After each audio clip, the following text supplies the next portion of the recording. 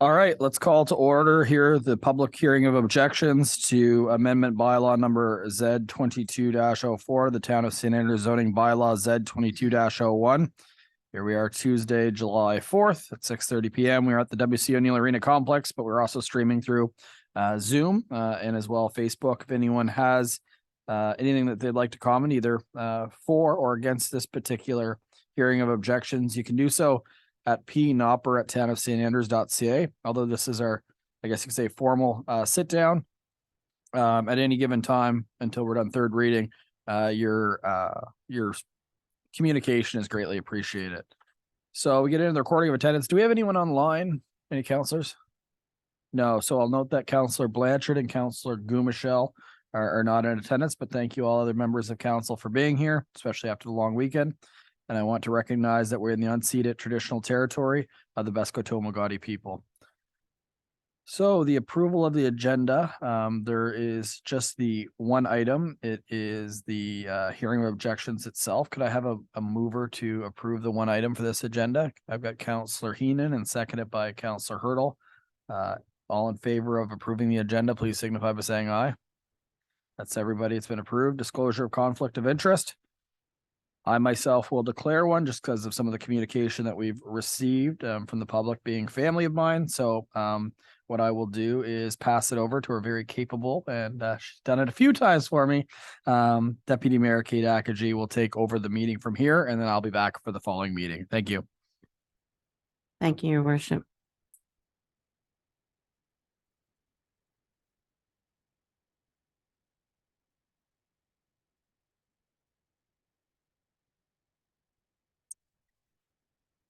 Well, good evening, everyone. And there is no presentation this evening, correct? And we're now to the hearing of objections. So that it is the amendment to Z22-04 to the zoning bylaw 72201 for PID 01325240. Evans Land Development Limited, PED 230615. The Council of the Town of St. Andrews is holding this public meeting to hear objections and comments to the proposed amendment Z22-04 to the Town of St. Andrews zoning bylaw Z22-01 for PID 01325240. Evans Land Development Limited for rezoning from service residential zone to multiple residential 2 zone. So I'll open it up for questions, comments. I know we have some letters, right? Deputy Mayor, Yes. so we did receive 3 letters of correspondence that were submitted, and council has received those documents. Within those, there's concerns about density, the location of the development, access to roads, stormwater management, and traffic. Those were some of the main points that were being brought forward to council for consideration. And you do have a member of the audience that would like to provide comment, so Okay. I'll ask them to come forward. So, Mr. Cardy? Your Worship, who has departed, but Deputy Mayor Akaji, thank you very much. Councillors. Excuse me. I can't believe I'm here on my own. I do have a formal statement. Thank you very much for this opportunity to comment at this welcome time of growth in our town. My concern is that we don't get carried away with excitement and end up with unintended consequences. I believe everyone agrees that we need more affordable and seasonal accommodation in town, and you have all been doing a good job of promoting this need. Mm-hmm. But do you know how much more we need? What services will they need, and at what point will we have enough? Currently, there are 2 proposals for development on Mowat Drive for up to 160 units.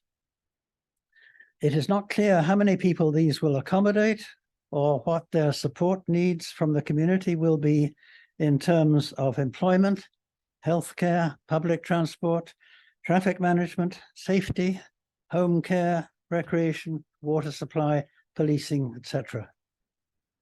Will these proposals address seniors' needs or seasonal workers' needs or low-income needs? If these are intended for seasonal workers, what happens to them in the winter? What will the tenants do when they are laid off? Council needs to know how many seasonal workers are needed and the numbers of people who may be associated with these seasonal workers and what services they may require, such as daycare, doctors, access to affordable food supplies, local transport, home care, etc. I believe Council has a handle on how much affordable housing for seniors is required and what associated services would be required.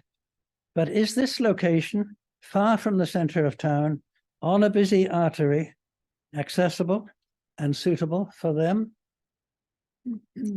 What is the definition of affordable housing? How much more affordable housing is needed? And who will provide the services that will be needed close by for the affordable tenants? Developers' proposals are naturally inclined to be self-supporting. Proposals need to be assessed within broader community criteria that have been well established in advance. And this is what the municipal plan was for. If this is adhered to, development pressure will be balanced against the availability and supply of community services. If changes are made to the plan, the full impacts of the changes should be assessed. When a change to the carefully planned zoning is requested, who is evaluating the economic and social consequences of the change on the community? Did the PAC do this in this case? On what basis? The municipal plan was elaborately prepared and discussed, albeit 3 years ago now, bearing broad development issues in mind. But it offers only simple mantras, and the PAC has merely forwarded this to Council for a public hearing. The planned zoning can now easily be changed by Council with scarcely considered consequences for the town and the community at large.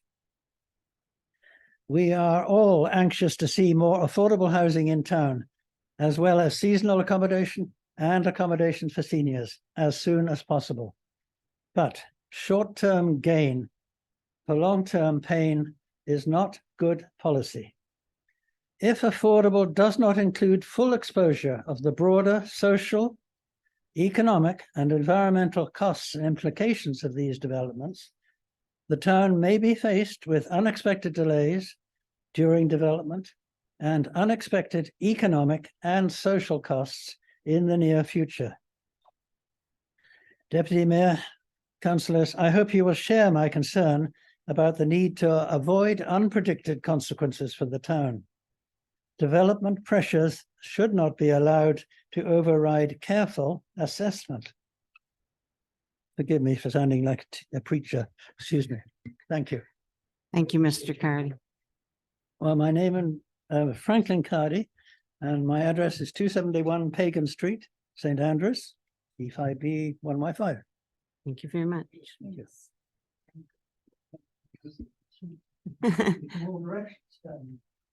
Thank you, Mr. Cardy, for coming in, and thank you for your recommendations.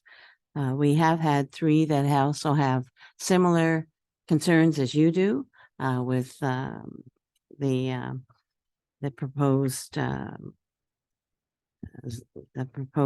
rezoning.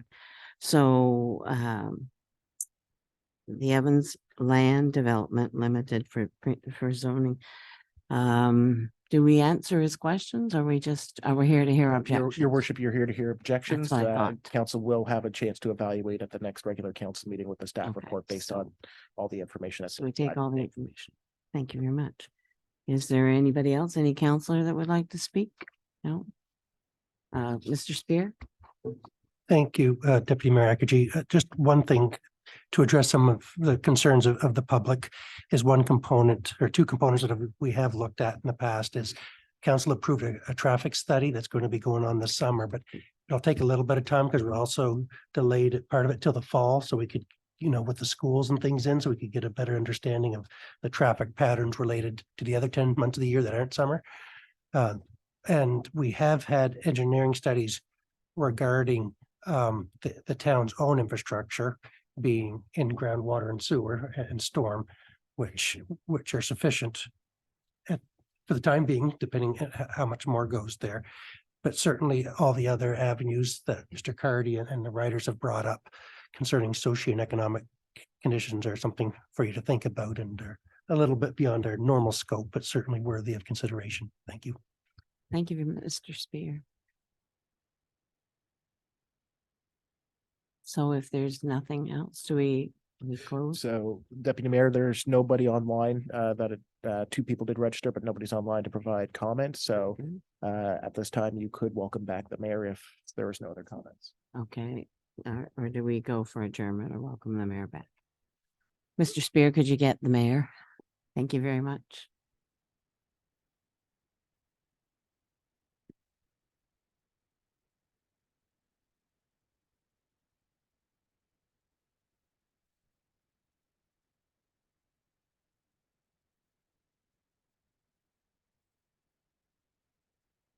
We just need to adjourn.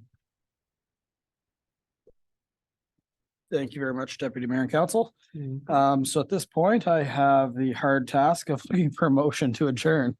I've got Councillor Harlan and seconded by Councillor Hurdle. All in favor of adjourning, please signify by saying aye. Aye. And this meeting is adjourned. Okay.